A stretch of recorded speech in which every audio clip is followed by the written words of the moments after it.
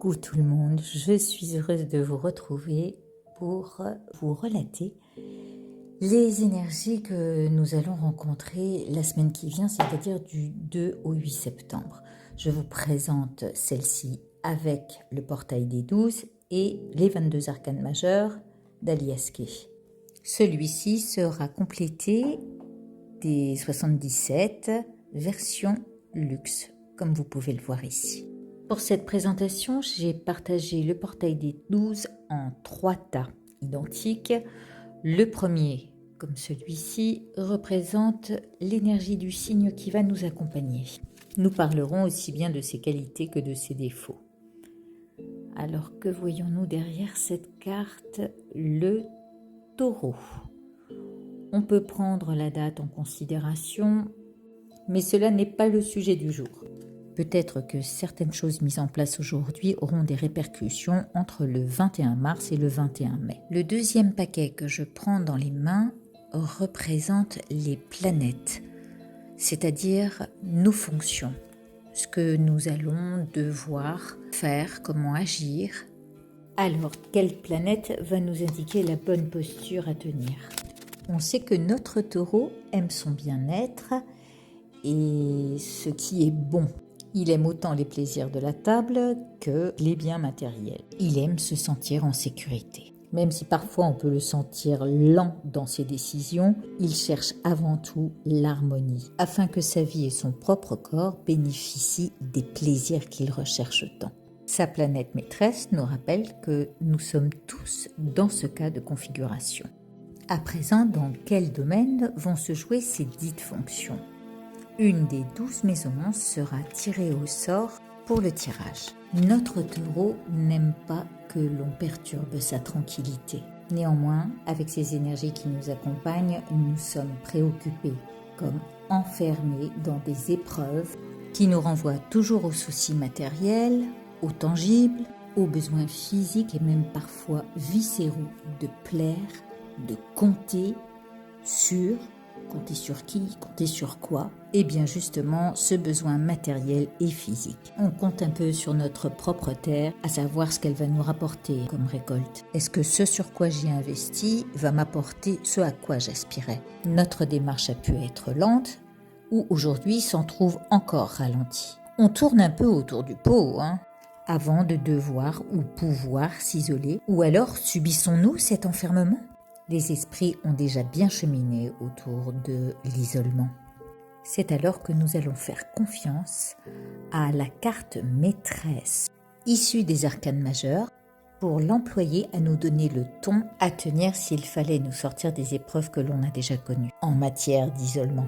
Nous mélangeons donc les 22 arcanes majeures et voici la carte qui est sortie toute seule, que je retourne ici et qui se trouve être l'arcane majeur numéro 7, le chariot. Avec cette carte, on est en mouvement, on avance. Et il ne s'agit pas de n'emprunter qu'un seul véhicule, mais plutôt de tous les utiliser pour sauver sa peau. Prendre ses jambes à son cou et en profiter pour peut-être en aspirer quelques-uns. Les amenant à protéger leur corps, à devoir se couvrir contre tout ce que l'on découvre, c'est aussi protéger notre terre spirituelle, nos esprits contre ceux qui veulent en prendre le pouvoir, en changeant d'abord nos croyances et en ôtant les barrières que l'on s'impose ou que l'on nous impose. Les dernières cartes de ce tirage seront pigées du 77 version luxe, avec au dos du jeu la nouvelle voie à suivre. S'agissant de sauver notre peau, eh bien nous allons cheminer autrement. Le tout étant de mettre toutes les chances de notre côté. On essaie aussi de nous ouvrir à de nouvelles croyances, lesquelles nous enferment tout autant dans un exemple à suivre et qui serait probablement meilleur qu'un autre. On peut parfois se sentir manipulé par tout ce qui se passe sur les réseaux. Et hop, cela nous montre que l'on peut tomber dedans. Les deux pieds dans le vide, on se jette corps et âme dans l'illusion de la rencontre assez potentielle. Regardez-moi ça, la lune qui fait son show. Nos émotions sont à fleur de peau. Bien sûr, nous souhaiterions rencontrer la personne parfaite, trouver le guide auquel se référer, car tous ces vides appellent à une rencontre. la rencontre à soi, à notre sagesse intrinsèque. Regardez ce qui se découvre ici. Cette lune nous met face à nos véritables besoins, ceux qui avec le temps ont été bien mûris. C'est aussi une rencontre à ce de quoi l'on a envie de se nourrir, à qui l'on veut s'allier. Et puis, regardez, si spirituellement on peut s'engager, et si, sous condition, et si sans condition cela marchait aussi, si notre maturité était la clé de la connaissance future, celle d'un savoir nouveau qui gagnerait en liberté.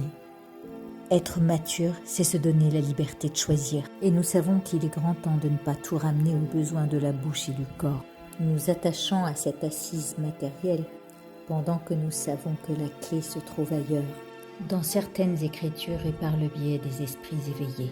Ces êtres éclairés qui nous emmènent sur le bon chemin, dévoués à nous emmener vers la lumière en nous donnant les clés du véhicule à emprunter, afin d'éviter les conditionnements limitants, les éclaireurs en tout genre, qui veulent tous nous sauver, mais sachons que notre plus grand allié sera celui qui s'engagera à prendre les rênes de son propre destin en main. Emprunter la voie qui intuitivement nous attire, en essayant d'échapper aux grands gourmands qui visent leur propre assise, leur trône sous l'effet des derniers trucs à la mode, comme en suivant ceux qui nous inspirent, on n'est pas dupe de savoir ce qui se trame derrière l'emprisonnement, car nous serons toujours en liberté temporaire, suggestive. Alors c'est à toi d'entreprendre ce qui te convient le mieux, en passant des épreuves, faisant des formations, montant les échelons de la compréhension et se faisant petit à petit. Je t'en prie, prends garde à toi. À bientôt, je vous embrasse.